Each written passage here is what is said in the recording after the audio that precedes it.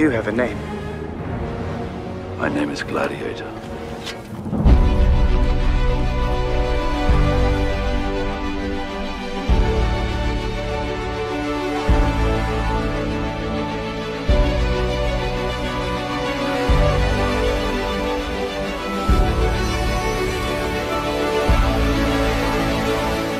Tidak ada ide yang lebih besar lagi selain daripada ide pencerahan. Vaksin ini ditujukan untuk TB yang laten. Oh, oke. TB laten itu tidak manifest sebagai penyakit dan tidak menular. Nah, kenapa divaksin? Kesehatan tidak boleh diperdagangkan. Tidak boleh memperdagangkan kesehatan dengan rakyatnya. Presiden, hati-hati loh. Kesehatan itu bisa menjadi finishing touch untuk menumbuhkan negara kita. Kita harus berdaulat. Rakyat harus berdaulat. Jangan gampang didikte oleh orang asing, kepentingan asing. Jadi saya harap dari forum ini ada pencerahan dan mudah-mudahan forum ini akan berjalan cukup lama sehingga kita bisa mendapat gladiator-gladiator bangsa yang terbaik di masa depan.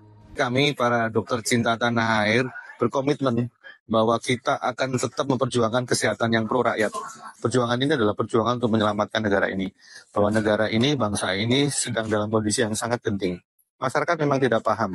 Kenapa kesehatan ini dikatakan genting? Karena saat ini kesehatan akan menjadi komoditas. Bahwa saat ini Menteri Kesehatan kita itu dengan terang-terangan menjual negeri ini. Jadi tidak ada kata lain selain kata lawan. Kalau kita sudah paham, kita tercerahkan, kita revolusionis, yang namanya hal politik, yang namanya hal ekonomi, yang hal namanya otomatis akan mengikuti.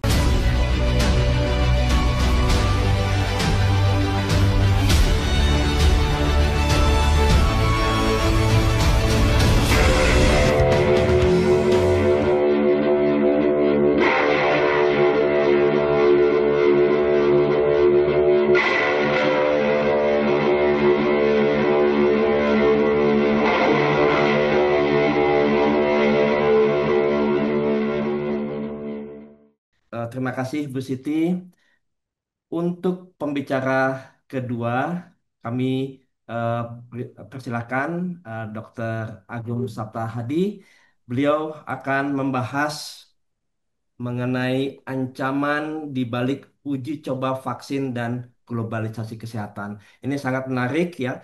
Nanti question and answer akan dilakukan setelah presentasi beliau. Dr. Agung, silakan untuk menyampaikan presentasinya. Ya, Assalamualaikum warahmatullahi wabarakatuh. Jadi Bapak Ibu sekalian yang saya hormati, yang terutama untuk Ibu Siti, Prof. Rikat, dan ada Pak Komjen Darmo. Mungkin saya tidak seperti yang disampaikan tadi ya, saya tidak akan bicara tentang vaksin, ya, karena memang kalau kita mau bicara tentang spesifik mungkin akan terlalu banyak yang harus kita sampaikan. Tetapi ada hal yang mendasar dan tadi Bu Siti sudah mengingatkan saya pembagian tugasnya. Saya tidak akan bicara di tingkat global, tetapi apa yang saya alami atau yang kita alami sebenarnya di tingkat Indonesia atau nasional itu, dan itu sangat membuat kita merasa saat ini terjepit. Kenapa saya katakan seperti itu? Kita harus paham bahwa semua ini berawal dari Undang-Undang Kesehatan Nomor 17 Tahun 2023, tadi yang sudah disampaikan Ibu Siti. Ya. Jadi kita sudah tidak bisa bicara lagi tentang Undang-Undang Kesehatan kecuali nanti kita mau melakukan perubahan. Tetapi apa dampaknya dan kemudian siapa yang akan menjalankan menjadi operatornya, ini yang jadi masalah besar. Seperti itu. Karena saya sejak awal mengatakan bahwa dalam Undang-Undang Kesehatan ini ada yang namanya blind spot. Ya. Blind spot itu apa? Ada yang namanya Biomedical Genome Science Initiative. Jadi ini yang dibanggakan oleh Pak Menteri dan selalu mengatakan bahwa Undang-Undang Kesehatan ini bukan untuk dokter, bukan untuk rumah sakit, tapi untuk masyarakat. Tapi apakah seperti itu kenyataannya? Nah, kebetulan saya adalah orang yang sempat ya diundang beliau, dia jelaskan termasuk menjelaskan tentang BGSI dan pengambilan data hingga ke puskesmas. Pada saat itu mengatakan bahwa di puskesmas akan diberikan alat untuk mengambil data lebih dari 10.000 puskesmas ya. Targetnya 10.000 sampel dalam 2 tahun. Nah, munculnya BGSI ini seperti halnya siluman di siang hari. Dan kemudian Pak Menteri ini akan mengumpulkan yang namanya whole genome sequencing atau nanti kita istilahkan genom ya, seperti itu. Nah, genom ini fungsinya untuk apa? Dalam dunia kesehatan atau dunia kedokteran kita mengenal yang namanya precision medicine ya.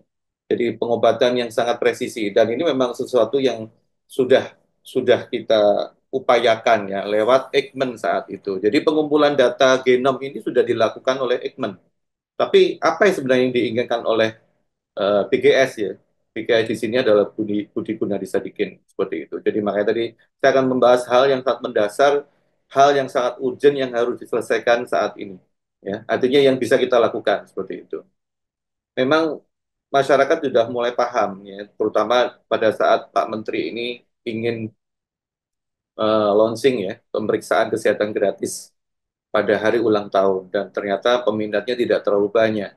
Nah, ini sebenarnya terkait dengan yang saya bilang tadi, ada kemungkinan data ini diambil lewat mana seperti itu. Ini kan jadi pertanyaan besar. Ketika kemudian beliau menjelaskan pada saya dan saya harus melihat ini secara jernih bahwa kita tidak memiliki kemampuan atau fasilitas yang memadai untuk mendapatkan data sebegitu besar atau sebegitu banyak. Kalau kita bicara tentang pengobatan presisi, lembaga Eijkman itu sudah melakukan ini. Namun, kenapa ini? Kalau kemudian Pak Menteri mengatakan ini adalah pengobatan presisi yang diawali oleh BGSI ya, buatan beliau. Padahal Eijkman sudah melakukan. Tapi pada waktu berkembang, ya, kemudian ternyata ada migrasi. Eijkman dilikuidasi, kemudian BRIN menjadi leburnya, yaitu dilebur pada BRIN. Tapi kita harus bertanya, data dan inventarisnya kemana? Yang sudah dikumpulkan sama peneliti-peneliti kita, ya, ada Prof. Wirawati, seperti itu. Nah, ternyata pada waktu pandemi itu ada sebuah proses yang kita tidak sangka. Ternyata ada yang namanya MRIN, Mokhtar Yadi Institute, ya, yang sudah mengirimkan data genom virus. Dan kalau Eijkman melakukan penelitian seperti sebelumnya, maka kemudian BRIN ini otomatis akan terganggu kapasitasnya. Jadi justru Eijkman-nya yang harus dilebur pada BRIN. Ini adalah analisis saya. Kenapa? Karena melihat bahwa sebenarnya Eijkman tidak ada masalah gitu loh selama ini. Memang kapasitasnya terbatas sesuai dengan kemampuan yang kita miliki.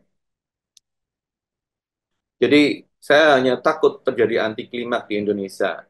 Pada tahun 2007, Bu Siti sudah melakukan hal ini, ya.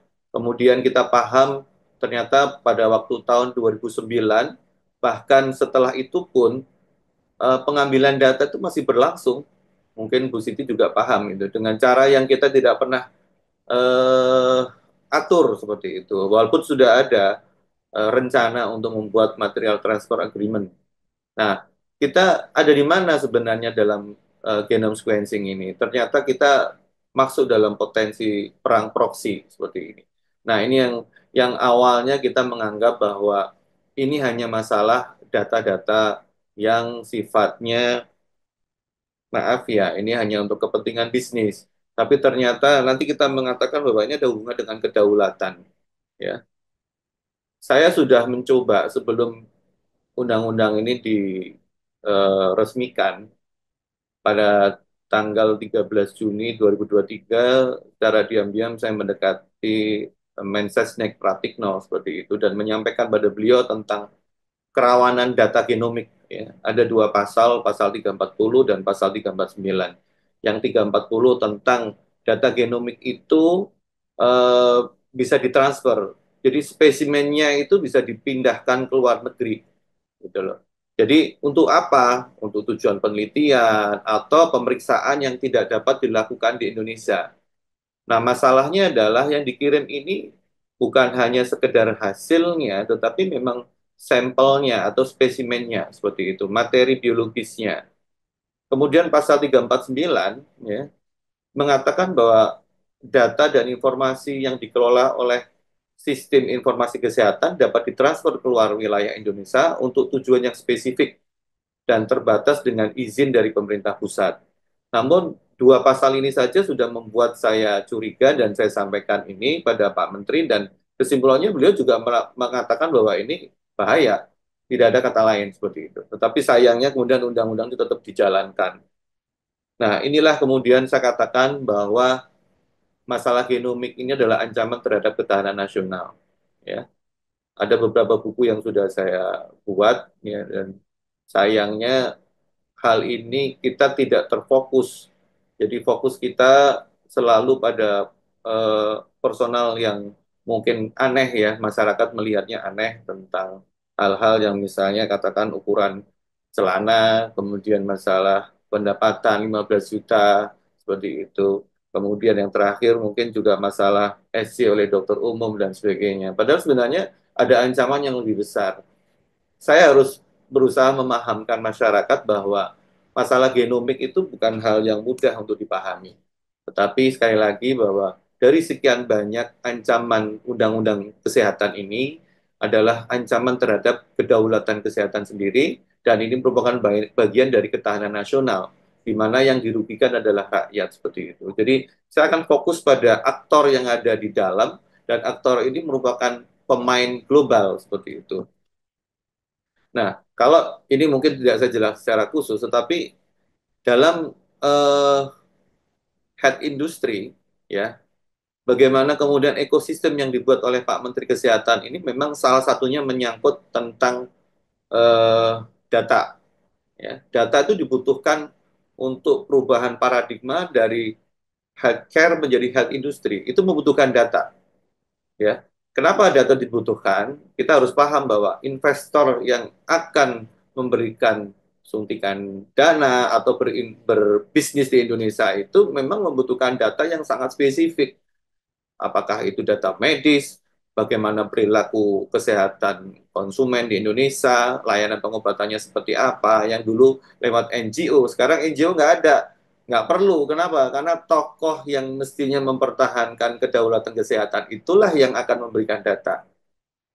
Mungkin Bu Siti bisa bisa ini ya. Kalau dulu NGO itu adalah bayang-bayang dari kapitalisme global, sekarang NGO-nya nggak ada, tetapi aktornya bahkan saya katakan kuda Troya istilah saya. Kuda Troyanya itu Betul. ada pada Betul. kekuasaan seperti itu. Ya, next. Nah, kerawanan data genomik ini memang berawal dari pasal 340 dan 349. Artinya memang kita punya celah yang sangat besar untuk pengalihan data dan spesimen. Dan parahnya adalah Indonesia, BGSI buatan Pak Menteri ini berkiblat pada Beijing Genomic Institute.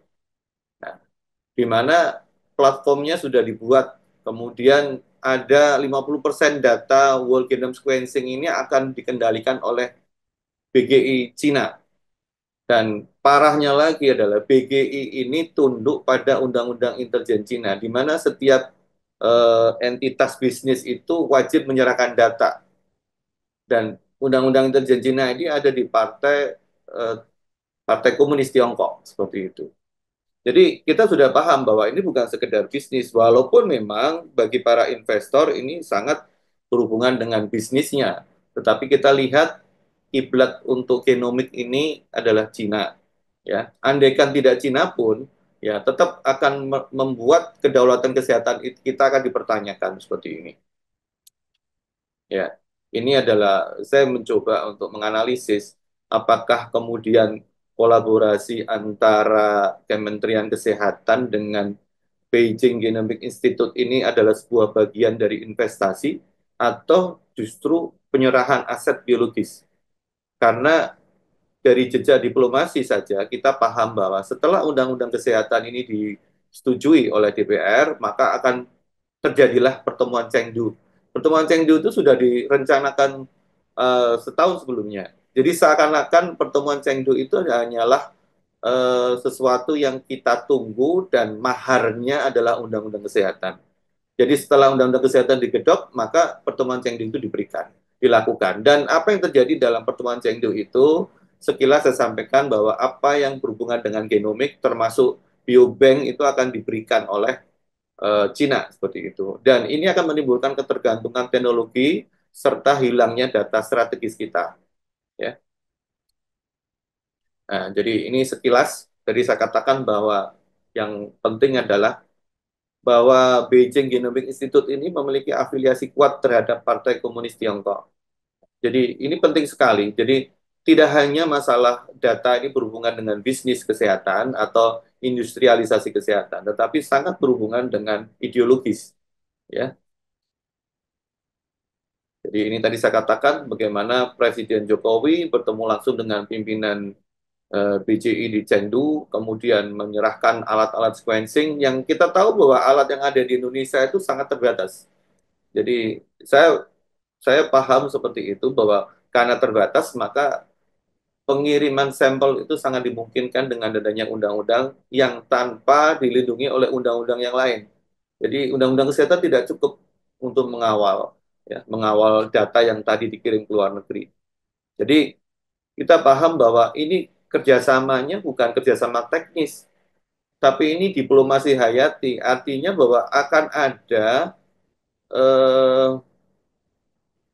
perpindahan hayati yang mestinya kita jaga. Seperti tadi saya katakan ketika saya ketemu dengan Pak Sesnek, bahwa beliau paham bahwa ini harus kita pertahankan.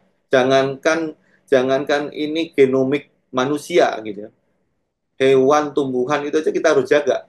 Nah, ini yang kita pindahkan ini adalah genomik manusia gitu. Dan kemudian imbalannya apa? Imbalannya adalah akses langsung ke sumber daya biologi strategis. Seperti hanya mungkin sekilas tentang vaksin TBC, saya tidak membahas tentang saintifiknya. Tapi yang saya bahas adalah siapa yang membawa vaksin itu. Ada tujuan apa seperti ini. Karena kalau kita bicara saintifiknya, ya kita harus berbicara secara ilmiah. Artinya tidak dalam forum ini gitu ya. Tetapi saya ingin mengatakan siapa yang membawa. Seperti yang tadi Prof. Bu Siti sudah sampaikan siapa-siapa aktor global yang terlibat seperti itu. Sehingga kalaupun misalnya sudah pernah terucap bahwa kita bicara tentang Bill Gates seperti itu, sekarang Bill Gates sudah ada di depan mata kita seperti itu. Jadi apa yang terjadi di dunia luar itu tidak kita hanya bicara tentang satu negara, tapi tadi kolaboratif ya, beberapa unsur, beberapa orang, bahkan mungkin beberapa negara, itulah perang proksi. Kita tidak tahu ada di mana seperti itu. Nah, saya coba menganalisis bahwa Pak Menkes ini berbisnis genomik gitu. Saya berani meyakinkan diri dan berani menyampaikan ini karena memang beliau sendiri yang menyampaikan seperti itu. Jadi beliau dalam East Venture Summit tahun 2024, dari 2023 juga sudah memberikan pernyataan bahwa genomik itu aset bisnis masa depan. Jadi ini yang tidak bisa kita terima sebagai seorang, saya sebenarnya seorang klinisi saja, tidak tahu tentang genomik awalnya. Tapi kita melihat bahwa ada mindset bisnis dalam dunia kesehatan. Dan mindset bisnis ini agak membahayakan karena yang dibisniskan adalah masyarakat, kepentingan masyarakat. Jadi melihat kesehatan itu benar-benar sebagai health industry. Jadi melihat kesehatan itu sebagai komoditas, sesuatu yang bisa dijual. Jadi kita mungkin agak luas sedikit, tidak hanya bicara tentang vaksin, tetapi ada hal ke depan itu yang tidak hanya vaksin, tetapi apa yang bisa dijual dari kesehatan. Itu yang menurut saya paling bahaya. Artinya kita bicara global, tetapi di depan mata ini ada masalah besar. Ya, bagaimana beliau mempersingkat, memudahkan para investor ini untuk menghubungi dia, istilahnya seperti itu. Ya, hanya lewat WhatsApp seperti itu. Dan ini nanti silahkan dilihat itu ada scan-nya, QR-nya. Jadi video di YouTube bisa dilihat nanti. Jadi frase-frasenya ini sudah saya pilah-pilah begitu. Bagaimana mengatakan bahwa ada hal yang menarik tentang investasi ini, ada peluang besar, ya, big opportunity gitu. Jadi mengajak investor untuk masuk ke sektor kesehatan Indonesia yang yang dia katakan potensinya besar, tetapi masih rendah pemanfaatannya seperti itu. Nah, konyolnya Pak Menteri Kesehatan ini bukan bertindak sebagai Menteri Kesehatan, tapi mungkin sebagai Menteri Bisnis Kesehatan seperti itu. Karena sudah menyatakan bahwa kesehatan itu penopang ekonomi. Jadi mengatakan bahwa kita butuh investasi sektor swasta di bidang kesehatan. Ini seperti yang beliau katakan ketika pertemuan dengan saya, bahwa kita tidak butuh yang namanya anggaran kesehatan. Tapi akan banyak mereka yang mau berbisnis di bidang ini. Nah, ini yang saya bilang. Kan parah banget gitu loh. Mindset ini berubah besar, bahwa kita melihat atau negara ini melindungi rakyatnya termasuk dalam hal kesehatan. Tetapi ketika menteri yang satu ini melihatnya sebagai komoditas bisnis seperti itu. Ya. Bahkan konyolnya yang nomor 4 saya katakan genomik secara spesifik gitu. Kami membeli data genomik sekarang dengan harga lebih murah seperti itu. Jadi nanti silahkan didengar sendiri ya, diperhatikan pelan-pelan bahwa apa yang saya sampaikan ini memang buktinya jelas. Saya tidak terlalu jauh seperti Bu Siti karena memang saya tidak mengalami dunia global. Bu Siti sering bilang saya tidak pernah mengalami hal-hal yang mungkin dialami oleh Bu Siti. Tetapi dari analisis yang ada di depan mata ini, kita melihat bahwa beliau sudah mencoba berbisnis. Bahkan, maaf, berani mengatakan bahwa Pak Prabowo itu punya kebutuhan gitu ya untuk mendukung target ekonominya, dan beliau menawarkan melalui sektor kesehatan seperti itu. Ini konyol sekali menurut saya. Nah, apa yang dikatakan Cina ya dengan PGI-nya, dia memberikan suatu apa ya, mengklaim ya, we provide another option for the world, bahwa pilihan bagi dunia lain terhadap Cina, terhadap PGI. Dalam hal apa? Dia mengatakan dalam kompetisi genomik ini, data genomik itu seperti minyak gitu loh, berharga banget untuk pengobatan yang presisi, untuk pengembangan obat, vaksin, dan yang paling kita tidak inginkan adalah kemudian ada ya mungkin rekayasa genetika dan sebagainya. Seperti itu. Nah, ini mindset bagaimana Pak BGS itu berinvestasi, saya tidak akan jelaskan saat ini. Ya, nanti silahkan kalau mau dibagikan seperti itu. Saya mencoba dengan referensi dan buku-buku yang sudah saya buat. Nah, dua hal yang berbahaya untuk internal kita. Yang pertama adalah undang-undang kesehatan. Yang kedua adalah aktornya, yang saya katakan kuda Troya imperialisme modern. Saya berani mengatakan seperti itu karena undang-undang ini tidak bisa jalan kalau tidak memiliki aktor yang seperti beliau. Aktornya ini sudah sangat-sangat terkontrol. Jadi kalau sering saya katakan bahwa beliau bukan bagian dari Kementerian Kesehatan yang sebenarnya. Bahkan saya mengatakan bahwa dia tidak menjalankan misinya sebagai seorang menteri yang menjalankan astagitanya Pak Prabowo, tapi dia menjalankan suatu misi global, dan tujuannya adalah bagaimana kemudian misinya ini berhasil, entah dengan segala cara yang dia lakukan, termasuk mengacak-acak dunia kedokteran, yang kemudian menimbulkan sikap negatif masyarakat terhadap profesi, terhadap organisasi profesi, dan sebagainya. Karena memang yang dilakukan Pak BGS ini terkontrol, mulai dari narasinya, walaupun mungkin tidak sepertinya tidak tidak apa ya, tidak terkontrol, tapi menurut saya itu justru terkontrol karena narasi yang seperti itu dengan framing, dengan agenda setting sudah menyebabkan mereka-mereka yang punya kemampuan untuk menolak itu tidak mampu menolak. Kami yang ada dalam profesi kesehatan ya, dokter terutama dipecah dengan antar dokter, dengan perawat dan sebagainya, dilemahkan dari organisasi profesi, dan bahkan yang terakhir ini dia mengacak-acak kolegium. Kolegium itu adalah benteng terakhir para ilmuwan yang kemudian menentukan baik dan benar dalam dunia kesehatan. Jadi dia ingin menguasai sektor kesehatan ini, bahkan sektor pendidikan kesehatan, pendidikan kedokteran ingin dikuasai. Mengapa? Karena kapitalisasi dan liberalisasi kesehatan ini tidak akan bisa berjalan kalau tidak ada aktor yang menguasai, tidak ada sentralistik dalam hal ini. Ya, jadi sebenarnya ini sudah saya buat presentasi ini jauh sebelum Undang-Undang Kesehatan diresmikan. Jadi ini yang paling saya takutkan. Aktor-aktor ini bermain dan sekarang sudah ada di dalam pandangan mata kita.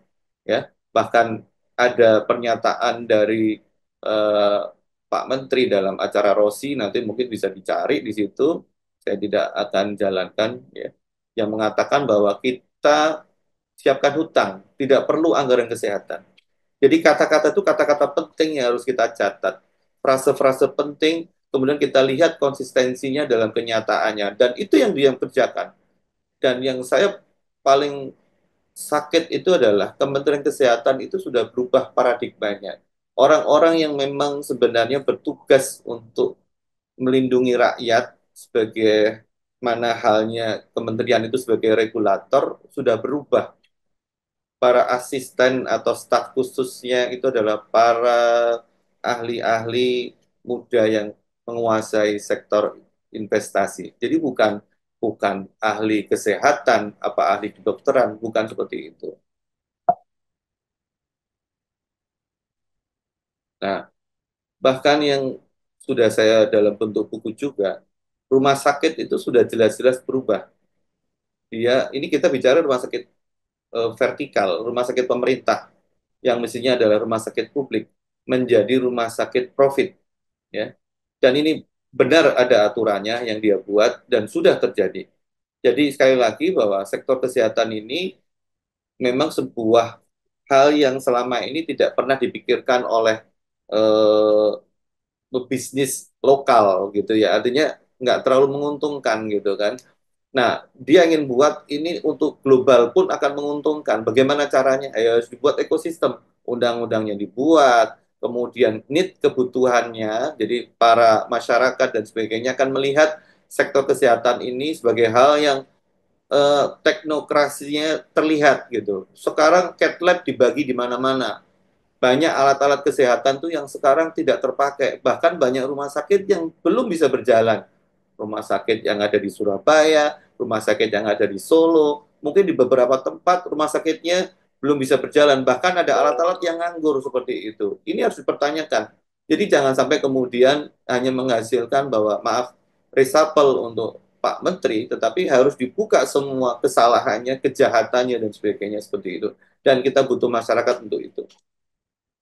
Ya, bahkan saya katakan PMI pun cawe-cawe beliau, ya, karena di Undang-Undang Kesehatan bahkan rencana peraturan Menteri Kesehatan ingin mengumpulkan plasma karena plasma itu bisa dijual ke luar negeri, ya, untuk derivat plasma, ya, dalam imunoglobulin dan sebagainya. Bukan hanya masalah bisnis, karena kalau bisnis saja mungkin kita masih bisa memahami ini ada kerawanan data yang keluar seperti itu, jadi luar biasa kerawanannya, ya.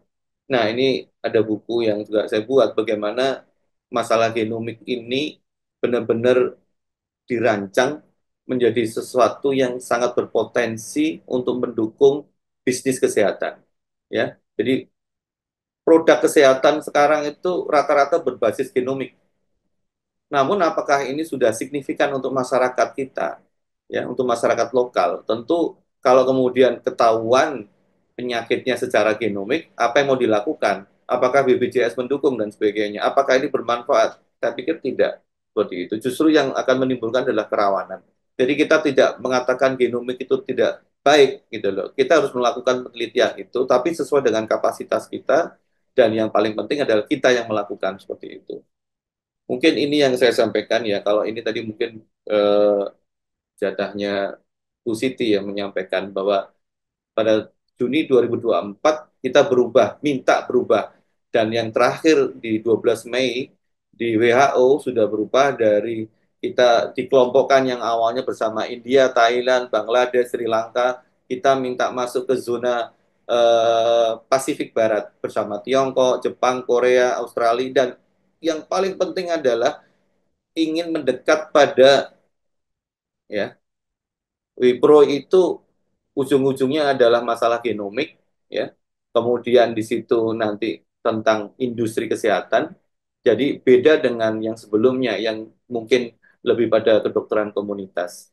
Saya pikir ini yang akan memantik diskusi kita. Nanti saya akan tambahkan bila mana sudah ada kesempatan untuk diskusi. Terima kasih untuk moderator. Terima kasih Dokter Agung. Luar biasa penyampaiannya ya. Jadi singkat aja bahwa tadi Dr. Agung sudah mengungkap sabotase secara sistematis terhadap kapabilitas riset genom Indonesia agar data genom Indonesia ini bisa dikuasai penuh oleh institusi asing, dan Undang-Undang Kesehatan 2023 secara legal membuka pintu transfer data genomik Indonesia ke luar negeri. Meskipun tadi disampaikan bahwa sudah ada peringatan keras dari para ahli dan ini berbahaya bagi ketahanan nasional. Dan Indonesia melalui Menkes secara eksplisit menyatakan genomik ini sebagai aset bisnis sehingga data genetik rakyat Indonesia dijadikan komoditas perdagangan. Dan mindset yang ada ini sekarang mindset bisnis, bukan mindset kedaulatan. Dan juga tadi disampaikan bahwa Menkes juga secara terbuka dan terdokumentasi mempromosikan komersialisasi kesehatan, mengundang investor asing, dan tadi data genetik rakyat Indonesia ya yang seharusnya ini adalah eh, merupakan eh, eh, data yang penting dan aset bangsa ini dijual murah kepada investor investor asing ya. Jadi kita melihat ada perubahan total dari seharusnya Kementerian Kesehatan sebagai institusi pelindung rakyat ini menjadi institusi bisnis kesehatan ya. Bahkan tadi disebutkan juga merekrut ahli investasi menggantikan ahli kesehatan untuk menjalankan agenda komersialisasinya. Mungkin ini suatu hal yang harus eh, kita waspadai, di mana agenda bisnis global dalam kesehatan ini jelas-jelas merugikan rakyat dan harus dibongkar dengan dukungan masyarakat. Nah, untuk itu di sini ada Pak Dharma Pongrekun, ya. Beliau ini eh, banyak sekali memiliki pengalaman-pengalaman dalam bidang ini. Saya langsung saja ke Pak Dharma Pongrekun untuk bisa menanggapi hal ini. Silakan, Pak Dharma Pongrekun.